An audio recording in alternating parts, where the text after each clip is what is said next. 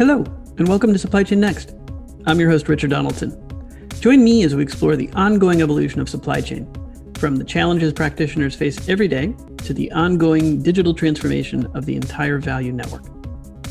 Welcome to the next episode of Supply Chain Next, and actually, now that I'm thinking about it, the very first episode of 2022. And I am ecstatic to have Kyle Ritchie, author of the new Circular Economy for Dummies, on here to kick us off into 2022. Hey, Kyle. Well, hey, yeah, thanks for reaching out and getting this lined up. As you and your listeners, I'm sure, are well aware of, construction materials in the building sector. They're responsible for, I think it's about a third, just over a third of global resource consumption. That's my forte. Mm-hmm. So I'm happy to meet with you and hopefully encourage those listening in to be part of a solution. Well, I think you've gone a few steps even beyond this podcast in actually authoring the book. So you've already started by influencing people, man. So I appreciate that's out there and you're kicking people to start thinking. And more specifically, and I think what's interesting about the book in particular, and we'll get into that as we go through the conversation, but the book to me also feels like you're almost, although you're speaking to everybody, it's really kind of geared toward businesses, enterprises, given your background. Is that I mean, we're going to get into you, but I mean, is that just a fair, quick, high level? Because it's not a book for everyone should read it, but it's not like recycling for consumers. Right. Definitely businesses kind of generally is the audience that we are aiming for. In which business? I mean, it's spread out from fashion to technology, architecture. Yeah. Everybody. The good thing about the Dummies series is it's approachable for anyone who's new to the concept or an expert. So the best way to think about writing a Dummies book is you're explaining the information to your mother-in-law. You don't want to be rude and make her feel dumb, but you need to have some details in there. Absolutely. So we're going to spend a lot of time on that. Get to that in a sec, but I really do want to kind of pull back for a little bit and talk a little bit about who Kyle Ritchie is, right? Because not everyone feels the need to go write a For Dummies book, much less Circular Economy for Dummies. So I think actually, and given where you are career-wise, age-wise, it's an amazing thing to do kind of in your early 30s, right? To crank this out. So let's talk about like, where did you come from? How did you get into this? I mean, it's not a path that, when I look at it, screams circular economy, but you kind of found your way there. Yeah, somehow this is where I landed. I was born and raised in the Midwest, so I was surrounded by corn and soybean fields growing up, and there's those endless lines of crop, and that was just something I assumed was normal. That's Indiana, right? Or in Indiana, northern Indiana. Right. Okay. And it wasn't until I learned that that's not the way nature works that I was like, it's probably not just the way we grow food, but it's probably the way we design and construct buildings. It's how we manage pretty much every resource that we're responsible for. Architecture was something that I was interested in from high school, I would say. So, I went to Ball State University's architecture school. And it wasn't until the end of my second year in that program that we had to draw a word from a hat. And that was going to be the term that influenced our next project. We had to use that as sort of a baseline. And I pulled dendrology, which is the study of trees. I was just about to say, I'm like, dendrology. There's new word. I figured I'd throw that in just in case you didn't know. I picked dendrology. What is the etymology of dendrology? How's that? There we go. Right. So my project essentially had people move through the site just as water moves through a tree. So there's a central axis and then there's storage pods on either side of it. And it was the best grade that I received in all of architecture schools for that project. So instead of thinking to myself, I figured it out, I actually left architecture school because of my success on that project. and instead started studying chemistry and biology and natural resource management. just because, I saw an opportunity here. I didn't know it would lead me to sustainability. I didn't know it would lead me to the circular economy. But it wasn't until I started studying the sciences that I realized, I could actually probably be a benefit to the architecture industry. Mm-hmm. So I went to grad school then at the Boston Architectural College, where I teach a couple classes now, actually. And that was sort of me coming back to the architecture industry and applying all of these facts and strategies that I pulled from my studies in science. So life cycle management was subtly part of everything I was doing. And so I started working at architecture firms in Indianapolis and Baltimore, spending some time in Boston for school. So I've ever since I sort of harnessed the power of sustainable design, it's taken me a lot of great places. Absolutely. So couple things, and there's great background, great story, but I want to focus a little bit on the lesson you picked out of nature in doing a study on trees specifically, right? And specifically kind of looking at almost in a way circularity of nature. And I had never thought of that till you're talking about it. But honestly, when you step back and look at the Earth's ecosystem as a system, it's the ultimate in circularity. Nature itself is the ultimate in. You right. Break apart, the literal life cycle of everything on this planet, and it is given life, it lives, it dies, and it gets reused. And there's literally, like, down to bacteria in nature designed at the forefront of, when you're kind of starting, mm-hmm. to the bacteria and viruses that sort of cohabitate during the lifespan. And right. then there's even bacteria and viruses that are specifically designed to reuse the circularity of everything, right? It's almost like you're starting on another paper here, which is lessons in circularity from nature itself. Yeah, and it was I think it was learning about, there's something called the Three Sisters, which is mm-hmm. a planting strategy. So you have corn, you have beans, and you have I guess you would just say squash or pumpkins. And so you plant these three different plants in one system, so that mm-hmm. the corn stalk provides a trellis for the beans. Mm-hmm. The beans add nitrogen to the soil, which is a key nutrient that all of these plants need. And mm-hmm. then the squash have these really broad leaves that cover the ground to keep moisture from evaporating, mm-hmm. Keep the soil and all of the critters living in it happier. Mm-hmm. Mm-hmm. So it's this sort of introduction to this systems design that you can see, replicated throughout the natural world.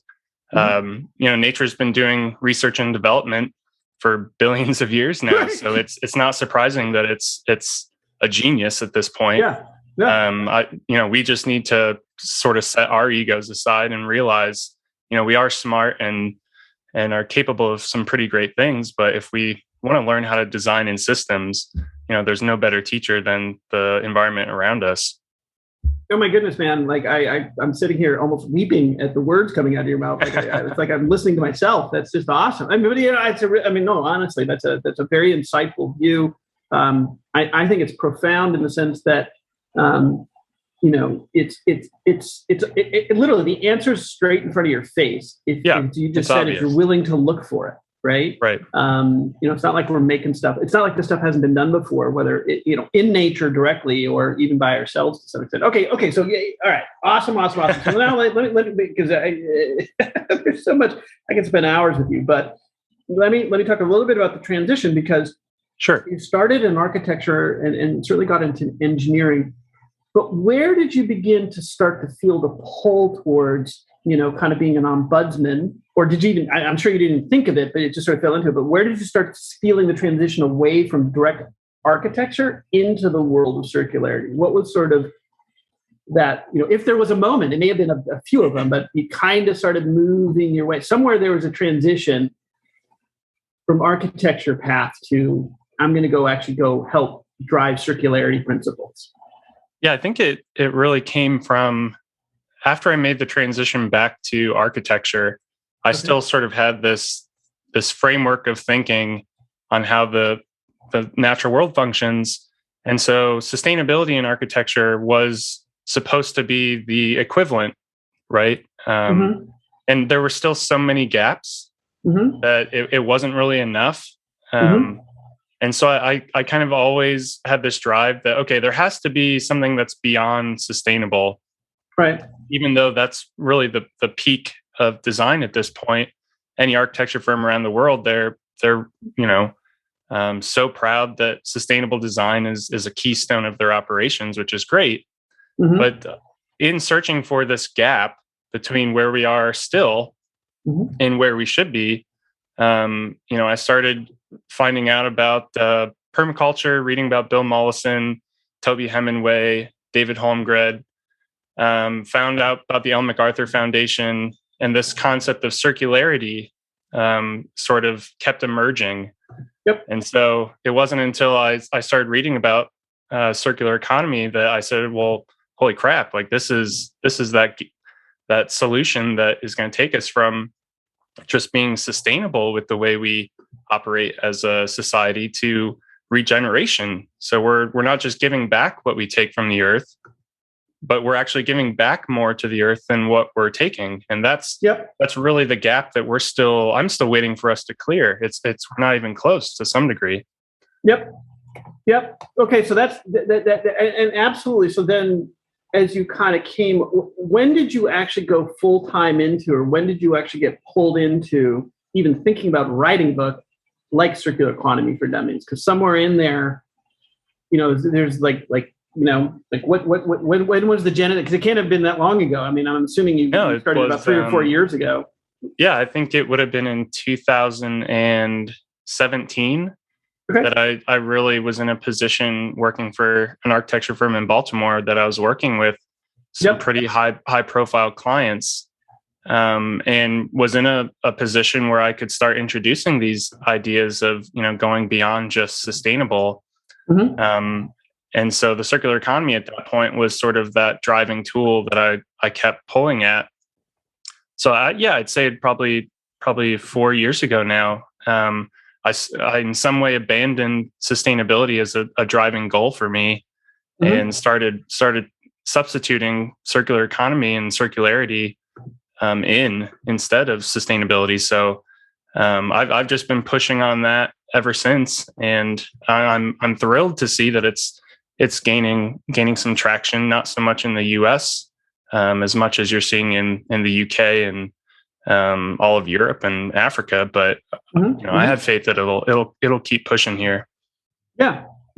So perfect. And then when, let's just go through this. Like, when actually did you? So you started about 4 years ago. How long did it take you to kind of frame this up, make the pitch? And by the way, and you and I have already spoken about this. I mean, I went through the process of doing Data Center for Dummies. Never actually wrote the book, but had it accepted and all that sort of stuff. So walk people through that, because it's a pretty interesting process, especially for a Dummies book. It's a pretty formulaic process. How did that all emerge, or when did they reach out to you? Did you reach out to them?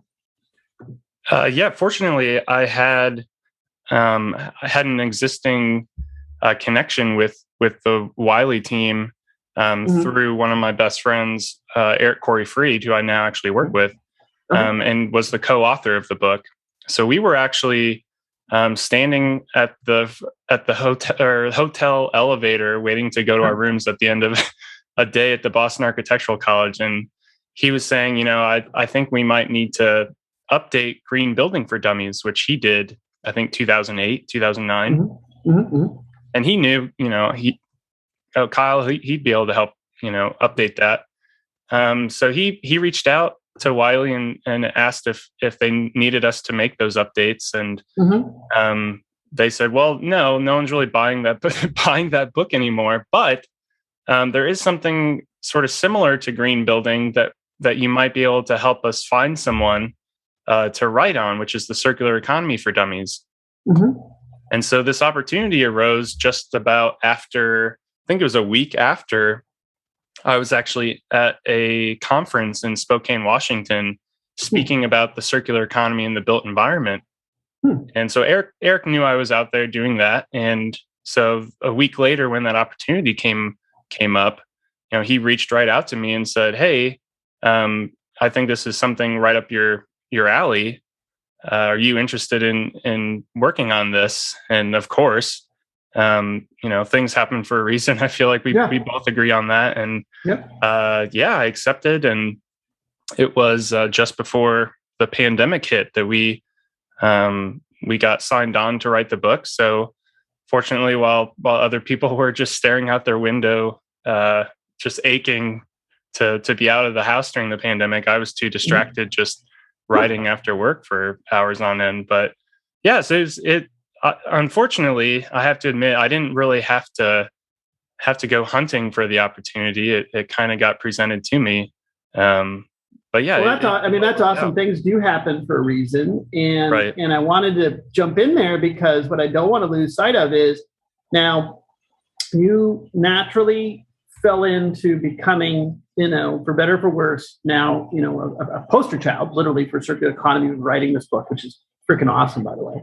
But also, I would guess, and the question here is, in the process, like you were exposed to circular, you naturally were pulled in that direction. As you said, kind of things happen for a reason.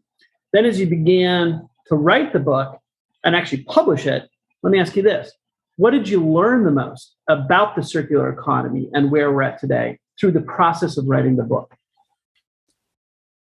Oh, good question. I think the key piece that stood out most to me was this is not going to be something that every single individual on this planet needs to pick up and use to structure their entire life. That's not going to be the way that the circular economy gets applied worldwide.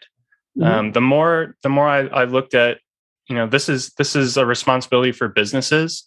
It's a responsibility for government agencies, those who control the majority of our resources. These are the real critical components of this transition from linear to circular. I grew up, we all heard, reduce, reuse, recycle.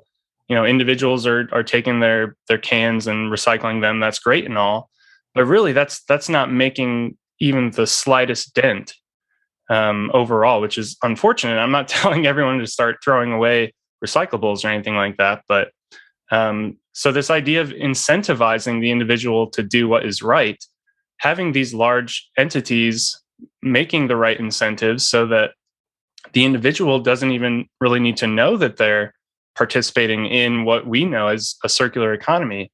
If the right incentives are there, the individual will do it without even caring. You don't need to care. As long as the incentive is there, they're going to do it. And I think that was really what stood out to me the most, is that incentives will drive this change. It doesn't need to be a warm, heartfelt embrace of circular economy worldwide to get us to make this transition. It just needs to be incentivized. And interesting. And again, because like anything, when you start to dig, I always, again, to get sort of philosophical here, but I've always said that once one starts teaching, they actually begin to learn the most. Oh, without a doubt. And this is sort of, whatever Eastern philosophy, whoever you want to talk about it, but oftentimes that's the case, right? Like it's one thing to be a student, but once you become the teacher, you actually go into a higher level of actually learning, which is not always, put out there. And so through the process of actually engaging, writing, researching, hence the question, and inherent in there, I want to dig a little bit because there seems to be a very distinction between consumers and enterprises. And I think as you were even recounting the lessons learned here, I heard that distinction sort of almost innately in your description of lessons learned. Because to me, the circular economy, although consumers, we're all involved, we're all a part of the supply chain. Every 7.5 billion of us, in some way, shape, or form, is a part of it. As Brian Aoe at Refashion Venture says, everyone is a part of the circular economy. Everyone's a part of the supply chain, whether they pull from it or put into it or both, right? But consumers have long been doing recycling. Like we're not the one. Our consumer lives. Yeah, I just went out today. I just picked it. I just had my recycling picked up today. We all do it weekly. Somewhere around the world, there's a recycling effort in the consumer land, but business has not followed suit. That's the trailing thing, and that's the bigger part of the economy. And as you put it so perfectly, if the circular economy is being done right, actually no one should know it's even going on. It's just in the background. It's just how stuff happens. Yeah, that and to add, it's funny because we all see recycling as this sort of grand effort that needs to be done, but really, in circular economy, recycling is a last resort. Right. We need to be focusing more on reusing materials, making sure they're durable, so they can be used long into the future. We need to come up with sharing programs. We need to be remanufacturing products instead of just breaking down the product into its individual materials and then recycling those materials. I mean, the embodied energy goes away at that point. We've wasted it. So great point. The funny part that recycling for so long, even in the built environment, we are incentivized as architects and engineers and contractors to recycle building materials. We get credit in various green building certifications if we recycle 50% of construction and demolition waste. We're incentivized. We're told this is a good thing. But really, it's missing the mark by not realizing that, well, recycling is supposed to be a last resort. There's so many opportunities to keep the value within these materials in use and extend it into the future for as long as possible. That's really where the value comes from, not recycling. So let me ask you now, you and I think very similarly and think system-wide, but as you were going through that, to me, immediately there's almost a chart that's being begged to have happen here, right? Which is, if you connect to that National Geographic infographic, that article about supply chain I showed you, right? That infographic that shows the whole world. Yep. And you nailed it here, because you talked about the embodied energy, the embodied carbon, whatever that is, that's in these products, right? But you pull stuff out of the ground, it gets processed or manufactured into something. And then really you use that something for as long as humanly possible, or continue to use it past its quote unquote expiration date, because you've conditioned it and kept it there. And that's the best use of something until it literally melts down into whatever. Or you can reuse it, which doesn't necessarily lose the integrity of the original purpose of that asset. Or if you can't reuse it, you can recycle it, which, to your point, I've not heard that before, but you're spot on, which is you actually have to you have to use energy to recycle. Where in reuse, you don't actually use energy. You just reuse it as is. You may have to move it, but you know what I'm saying? Like, that's an interesting distinction, where recycling, ironically, is the last choice in the world of circularity. It should be continued use, reuse, then recycle. Right. And I mean, you nailed it. To recycle, you need to use energy to maintain energy. That's essentially what's happening. Right. Or you can just keep the energy to begin with and not just change its form. And so this is really important for any architects and contractors listening in. Half of the world's carbon emissions, which is a huge focus for us as an industry, I mean, they're generated by 5 different materials. Over half the world's carbon emissions are generated by 5 materials. What are those materials? They're steel. Number one is steel, which is about a quarter, I think. Yep. Cement, which, I mean, try and find a building that isn't using cement and concrete. Yep. Paper, plastic, and aluminum. Those are the 5 materials that make up half of the world's carbon emissions. And so let me pause for a second, because this is super important, right? Or not super important, but insightful, again, systems-wide. So you are confirming, which I've never done the analysis for, and I should. Again, if I go back to that National Geographic infographic, we yank out of the ground 96 gigatons of stuff per year. Half of that is food. Half of that is stuff. The stuff is what you just said, right? I would bank 80% of the stuff, 50 gigatons of stuff is actually made up of those 5 materials you're talking about, right? because again, this is where you kind of get into the simplistic, when you break things, take a very complex system and break down to its simple parts, people can get their heads wrapped around this, right? So recycling and circularity is not as crazy when you think about, there's really 4, 5, or 6 main materials we pull out of the earth, right? And steel, paper, so trees and wood and all that sort of stuff, right? Plastics, that's oils and all the other things that we get out of that. I forget what the other two that you threw in there. Aluminum, and cement. Right, and cement. And cement, obviously, Yep. yanked out of the ground, right? But if I had to go look at those 50 gigatons we consume every year, I'm guessing 70 to 80% of it is those 5 materials. And if we just kind of stay focused on those and create that circularity, I mean, we're leaps and bounds ahead of where we would have. You know what I mean? It's not that challenging. It's not like we're going after a million different things. Right. Yeah. And I mean, even if we focused on steel, which is a majority of it, steel's not a bad thing if you can use it for 200 years into the future. Totally. But I mean, we're designing buildings with steel structures. It has a higher embodied carbon content. So now architects are trying to steer away from steel. But they're not accounting for the fact that we can actually, if designed properly, we can use this steel structure for hundreds of years into the future, therefore offsetting the need to be pulling in all these new materials, even if they have initially a lower embodied carbon content. So it's this idea of extending material use into the future for as long as possible. That's really not a variable that we're accounting for. I mean, buildings usually last 30 years. That's a reasonable building life cycle. It's kind of unbelievable, but we're using some materials that can last for 5, 6, 7 times longer. Wow. And so it just, something's a little off if we're not acknowledging the fact that we can be using durable materials and keeping buildings in use for much longer, which offsets that need for new materials 30 years down the road. Absolutely. So, okay, picking up on that then, and because you obviously got the architecture background, you got the building background, cement, steel, aluminum, steel, cement, whatever, kind of right in the wheelhouse here. Are there now? But I think this is interesting. I did not realize that you could take steel and effectively design it in a way that's usable for, say, if I take your example, 5, 6 times, 30 years, you're looking at 150 to 200 years of useful life. What are we not doing to get out of that? Is it simply how the steel is created, or what allows that steel to be, prolong its life cycle 5 to 6 times? What do we need to do?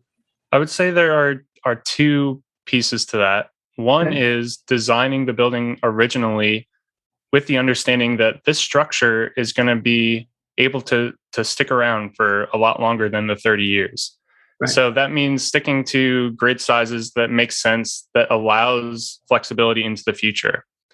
And second is we need to just when you say grid, sorry, just because I want to make sure we understand that. When you say grid, you're talking about the electrical grid, the things that actually enable power in the building. The structure of the building. Usually there's a 30 foot, 40 foot by 40 foot grid that is typically used, and you can maintain that span just because steel is so strong. So architects don't necessarily design buildings with the understanding that, or the incentive that we need to be designing this building so it can be repurposed, reused into the future. So it's not going to be something that we're necessarily considering right away. But the second piece is designing buildings to be adaptable in the future, understanding that we do have that grid, that we can now start to change spaces, change how they function. So I think that initial design, as well as designing for adaptability, really starts to bring in and hone in on this idea that steel is something we can utilize for decades to come. It doesn't need to just be thrown away as soon as the building no longer serves its original purpose. Yeah, absolutely. I mean, I think that's, again, fascinating point to throw out to people, because, again, it's one of these sort of like moments where you're just like, unless you're you and have time and the energy and the wherewithal to think about this stuff, most people don't even know that. Like, I mean, that's an interesting factoid, right? Which is, if everyone knows that, then invariably those people are going to start asking those questions. Why aren't we designing this building to go for 100 years? You know what I mean? Like you kind of have to engage the populace and educate them in a way with these little sound bites to kind of begin to create those huge tectonic shifts. Yeah, and the ironic part for me is that some of the buildings that we identify in architecture school as like the pinnacle of good design, they are still in existence and have been for hundreds of years. It's so ironic to me that the buildings that we're being told in school as, this is the best design ever, it's also still around, which that's not the case anymore. We're designing buildings knowing that they're going to be demolished one day. Yep. It's really ironic. It is a different mindset. There's no question about that. Well, let's shift gears a little bit on, okay, so now, books out, and of course, that's going to change what you, Kyle Ritchie, one is going to be running around talking to people about circular economy for dummies, but then it's also going to open up, and I'm sure it has opened up, like you said, collaboration with people like the Ellen MacArthur Foundation, the obvious, kind of 800-pound, NGO gorilla in the space of circularity. What are the things in your own kind of evolution here in your career are you seeing now that this book is out, right? Because I imagine you're looking yourself at like, how do I go work with and spread the message with people like Ellen MacArthur? Are there things that you're now starting to be exposed to and pulled into that are both interesting and surprising and worth talking about? Because I'm sure there are. Oh yeah, without a doubt. I'm currently at the starting phase of working with a great organization in Europe called Revolve Circular. Okay. They were one of the original groups that sort of reached out to me after the book came out. And I got involved with them right away. So they're interested in really defining what circularity means around the world, which is a great survey that they put out. But they are circular, just to be clear though, because there are a handful and there's not many, right? But I think this is more of them are going to come to the forefront. So Revolve Circular is certainly one. How are they related to Mark DeWitt? And is it the circular economy? It's the other European kind of think tank that does a lot of data and analysis. Oh, Circular Economy. Isn't it right? Is it Mark DeWitt and team, I think? I'm not sure. I probably should. Hold on. I should too, but I don't. I'm blanking on it right now. But anyways, keep going. I'll pull them up here in a second. I'll find them. But so they're doing an investigative report later this year. I think it'll come out in the last quarter of 2022. Really investigating circularity within the built environment, which is pretty revolutionary at the scale they're aiming to do it at. Yep. So I'll be supporting them in one way or another that way. So that's kind of like my what I'm most excited about right now. It's pretty fresh, but I also in the beginning of the new year started the Circular Economy Studio, which is a pretty small group. But really our goal is to act as that resource to educate architects, engineers, and contractors on, okay, how am I, what steps am I supposed to be taking to incorporate circular economy principles into my work? What are some things that I'm supposed to be considering early on that I never have been? And I'm partnering with Dave Benink. He's out on the West Coast. He owns the Building Deconstruction Institute. So, I mean, he's been disassembling buildings and reusing components of buildings for the past 30 years. Wow. He's a pioneer in this, essentially. I didn't even know there was a Building Deconstruction Institute. I mean, yeah, of course there is, right? But of course there is. Right. So he's been doing great work, and it's not just pulling buildings apart to the individual elements. He's able to take entire portions of buildings and sell them to other people that need them. So he's super creative about the way he approaches it, and definitely one of my biggest resources that I'm constantly just in touch with him just to learn as much as I can. So yeah, there are all these groups out there. Ellen MacArthur Foundation, in one way or another, we've touched base. Rhaenyra O'Donnell, who's the education lead for Ellen MacArthur Foundation, we've become pretty close over the past few years. Cool. So yeah, there are these organizations that start to emerge, and you share values. So naturally, you're going to work with each other in some way or another. Is there a common theme amongst these groups? Because I think you also kind of touched on it, but I want to dig into it a little bit here. Circular economy has been a buzzword for a little bit, right? And at some point, these buzzwords have to make the transition, or if you want to call the Silicon Valley crossing the chasm, whatever the hell you want to call it, to where it's become now part of the, kind of lexicon and defined terms.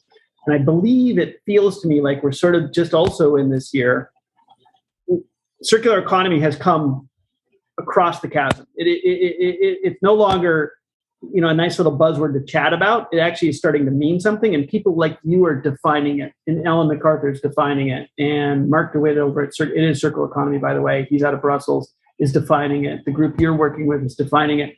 So you're in an interesting position, having written the book. You get to interact with all these people. Right. Do they even themselves have common definitions? Right. Yeah, I honestly think so, and that's sort of the great thing about the circular economy as compared to sustainability. Right. Sustainability doesn't mean anything anymore.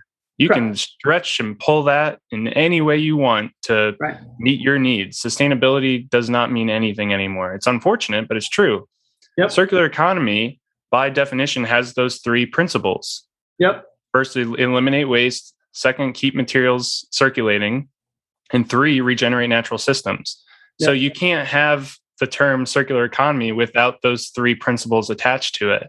So it's kind of a safety net for it. So the last thing I want is for circular economy to become another buzzword like sustainability and have the unfortunate fate down the road that, we're calling hybrid cars circular. So I'm really grateful that with the term circular economy come these 3 rules that have to be applied. Well, whether you like to take credit for it or not, you, Kyle Ritchie, are defining those rules, right? They pre-existed, I'll give you that. But you are, there is no sustainability for dummies for a reason. It's not as clearly defined. It doesn't mean it's really wrong, but circular economy really actually it has tangibility to it that is not ephemeral in the way that sustainability or some of these other buzzwords are, right? And you honestly are, by writing the book, helping to define what that means, right? Right. And I think that, again, puts you in a really interesting position, both, career-wise, author-wise, but also thinker-wise, because you get to begin to interact with all these people and begin to synthesize this into a common, kind of objective. Because again, at the end of the day, this should be a common goal for all of us. Right. There's nothing that any human being on the planet, in theory, should say, "Oh, I don't want to be circular." there's no reason not to, right? Right. Yeah, right. And so I again, where I'm gonna lead to in a long, windy way, as I often do with the question is, okay, so now as you're kind of interacting, and again, we're sort of at that very beginning year. It seems odd. We've been talking circularity for a long time, quite frankly. But, like a lot of things, it takes a while to finally take hold. It feels like this is the year it's taking hold, different than just even a year ago, right? And part of it, and I'm going to put credit to you again, is the book just got issued about a month or 2 ago. That's kind of a defining moment in that book defined circular economy for people, right? I think it's kind of an interesting position. The book came out April of last year. Right.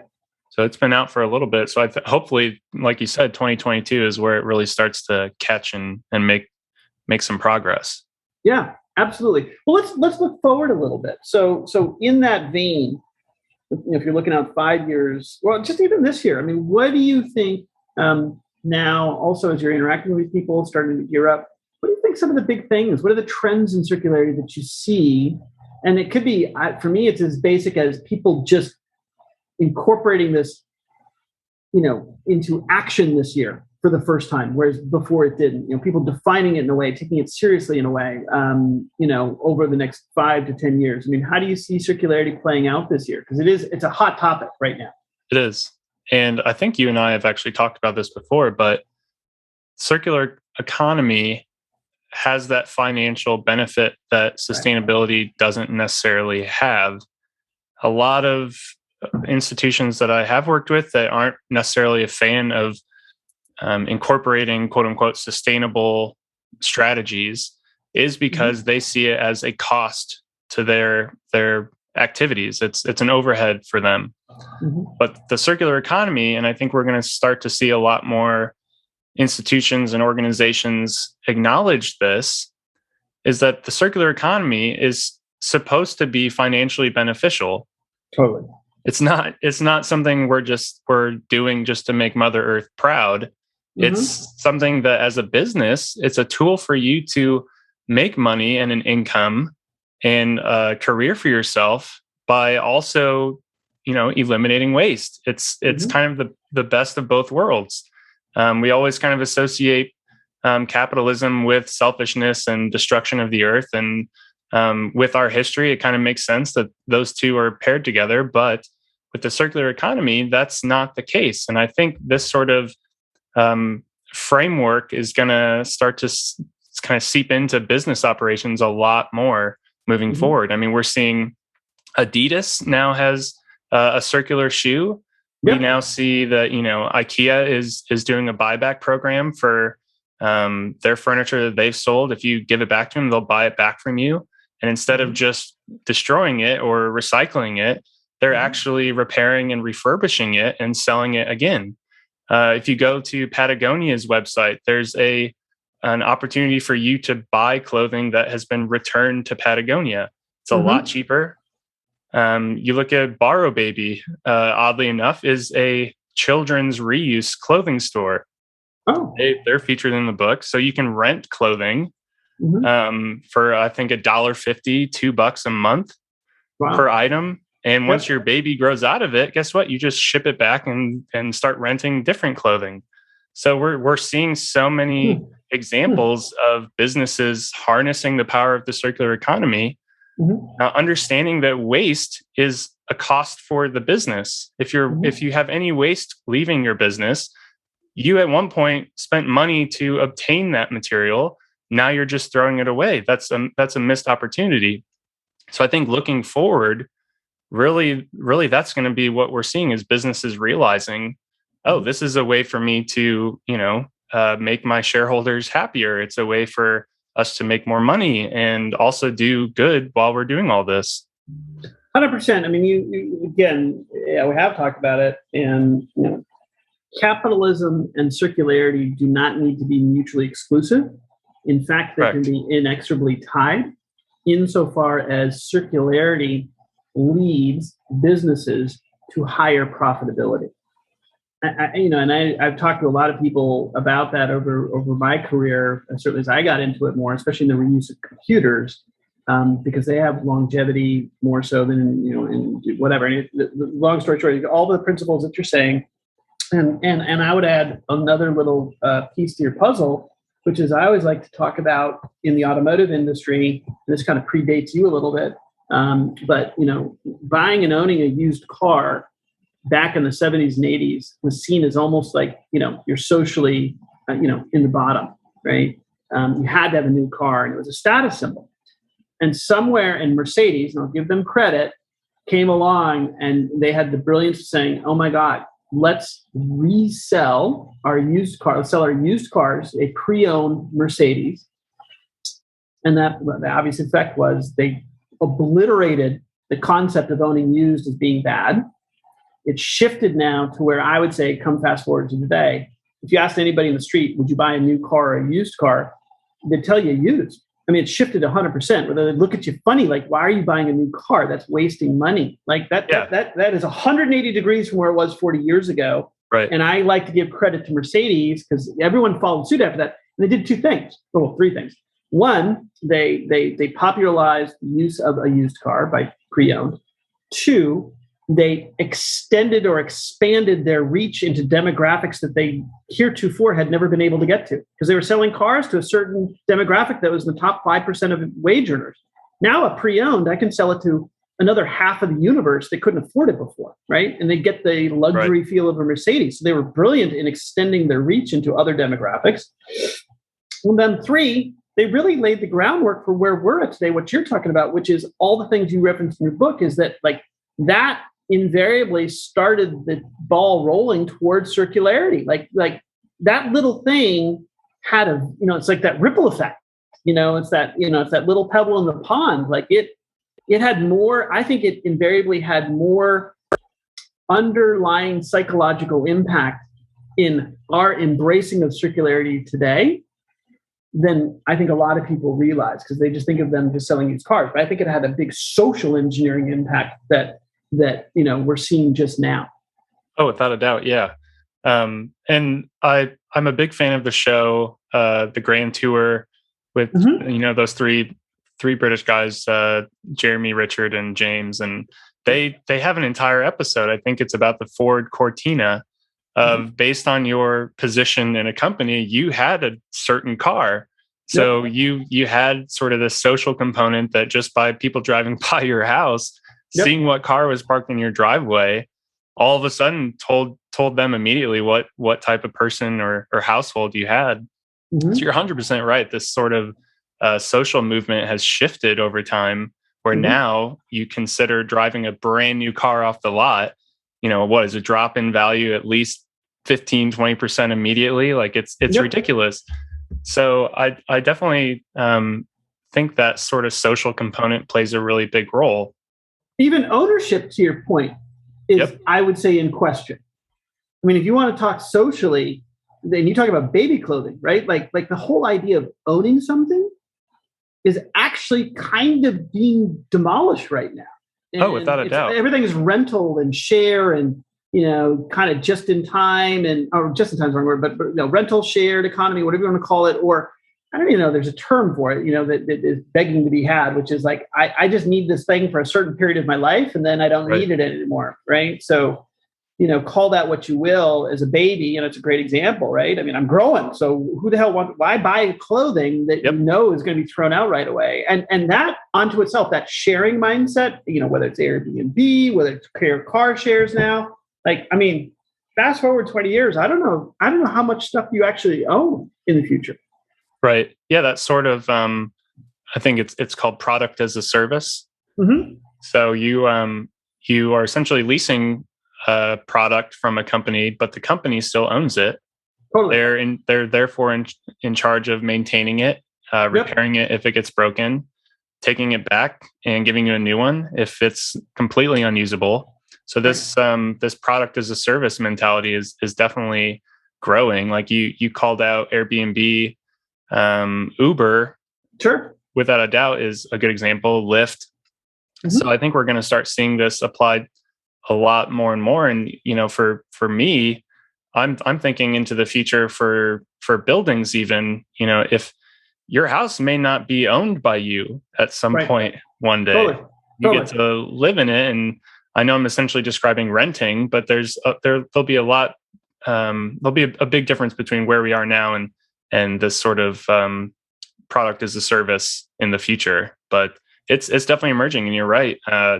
This whole idea of ownership may cease to exist one day. Well, and I think you key on another economic point inherent in product as a service, which is, if I buy something, right, and own it, no matter what it is, I'm a very inefficient owner of this thing, meaning I have one or two of them. It costs me a lot to maintain this thing. But if I own and maintain millions of these things at scale, I'm more effective and efficient. And so it's actually product as a service helps not just the company, but also helps the consumer, because they actually can reduce costs of maintenance and ownership through the product of a service. Productization as a service concept comes out. Yeah, they have economy of scale working for them. If you can maintain 1 million things instead of 1 million people maintaining one, it makes a huge difference. You're right. Totally. And I think these are the types of system level circularity. Because circularity is a system, and it has to be thought of as a system, that everyone's a part of, right? I mean, I some people get a little bit like, oh my gosh, no. That's not.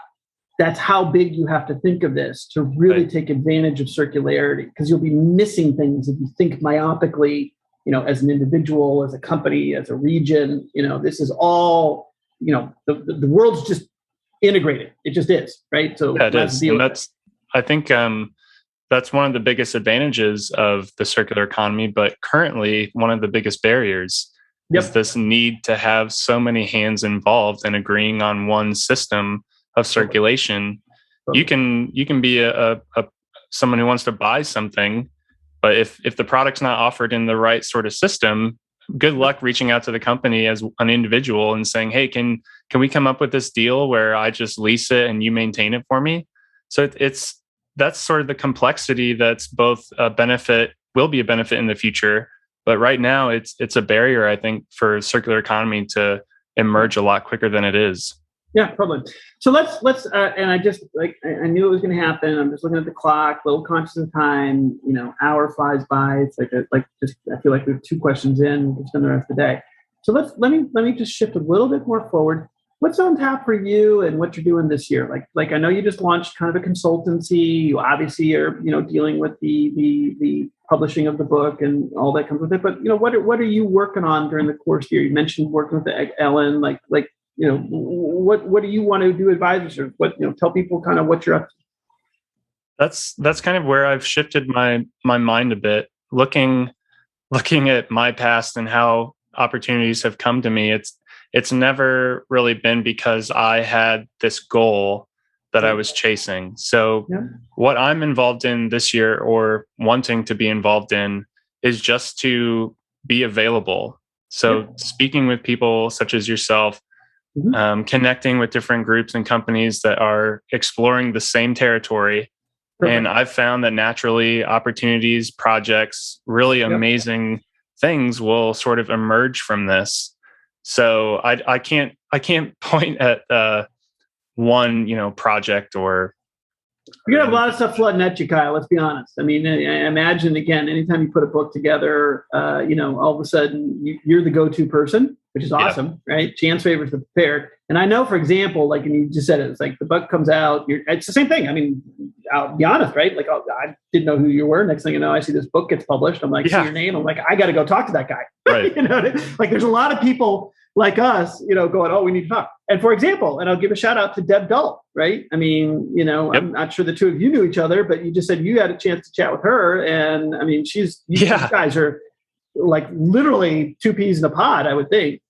Yeah, we LinkedIn has proved to be a really great way for me to connect with folks.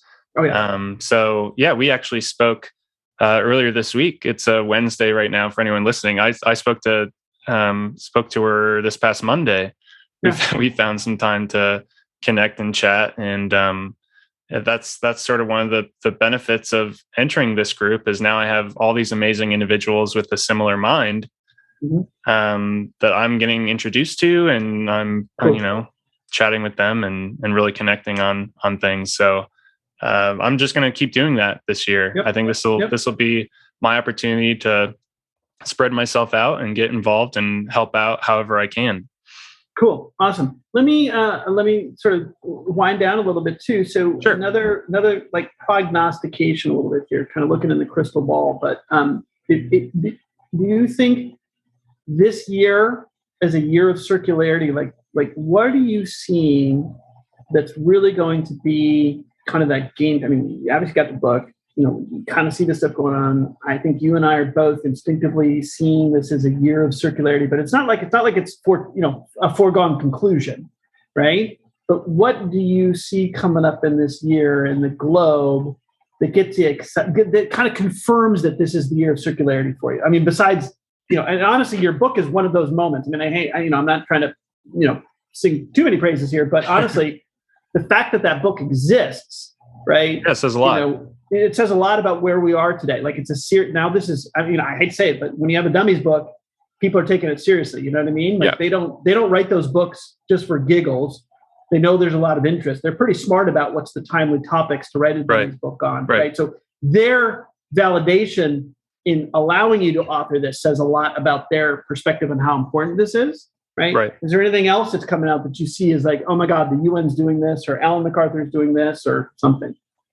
I think rather than an organization doing something, sort of problems drive innovation. That's the relationship.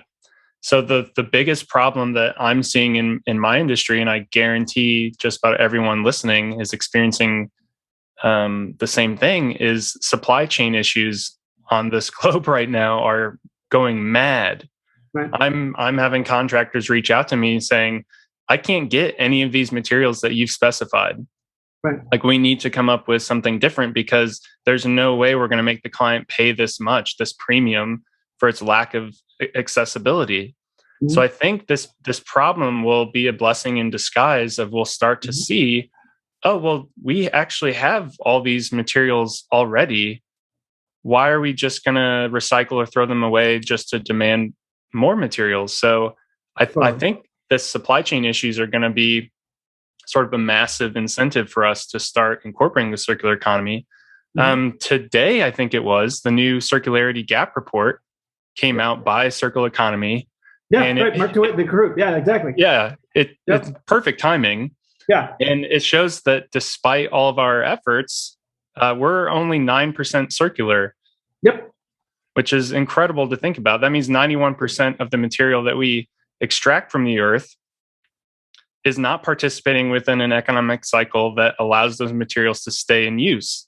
That's 91%. I'm going to connect the dots for you, Kyle, because I know Mark DeWitt and the Circular Economy Group, that data, that 9%, is the data that feeds the infographic in the National Geographic article that I sent you from May 2020. Right. So it's his group and his data that gives us that 8-9% circularity number. It's just crazy to think about. Right. But I think this sort of supply chain issue is going to create some ripples that we'll see in just about every single industry. Yep. I'm with you 100%. Well, listen, time's up, unfortunately, because we keep going. We're going to have multiple conversations. We're going to keep going. I want to keep to the time frame, both for you and everyone else. But this is honestly incredible conversation. So thankful that you were able to spend some time here. I think you're going to be busy as hell this year, but chance favors the prepared. You're in the right place at the right time, literally with the right commentary on what's going on. So congrats to that. And I think you're going to have a really fun couple of years ahead of you. Yeah, thanks a lot. And we have our LinkedIn page, Circular Economy Studio. So follow us on there. You'll see everything that me and my colleagues are. Circular Economy Studio. Right. .com. Right. No S, just Circular Economy. We'll put it up there on the written stuff. But I just want to make sure people hear, circularecономystudio.com. You're open to connecting on LinkedIn as well. Yep. Because those are I'm just looking to get involved. Places. Yep. So thanks again for having me on. It's been fantastic. Awesome. Thank you so much. Really an amazing thing. And congratulations, right? I mean, it's just like right now it's the rocket ship, that you're going to kind of run into in circular. Yeah, I'm trying to hang on. Trust me. Yeah, right. All right, cool. Kyle, thanks so much, man. This is Richard Donaldson. Thanks for listening. If you have any comments about the episode or topics in supply chain you'd like us to explore, we'd love to hear from you. You can reach us at supplychainnext@requis.com. And while you're at it, why not check out the Requis platform at supplychain.requis.com. Requis allows you to manage the full asset lifecycle in the cloud, collaborating with your entire value network to buy, manage, and sell your assets. Find out more at www.requis.com.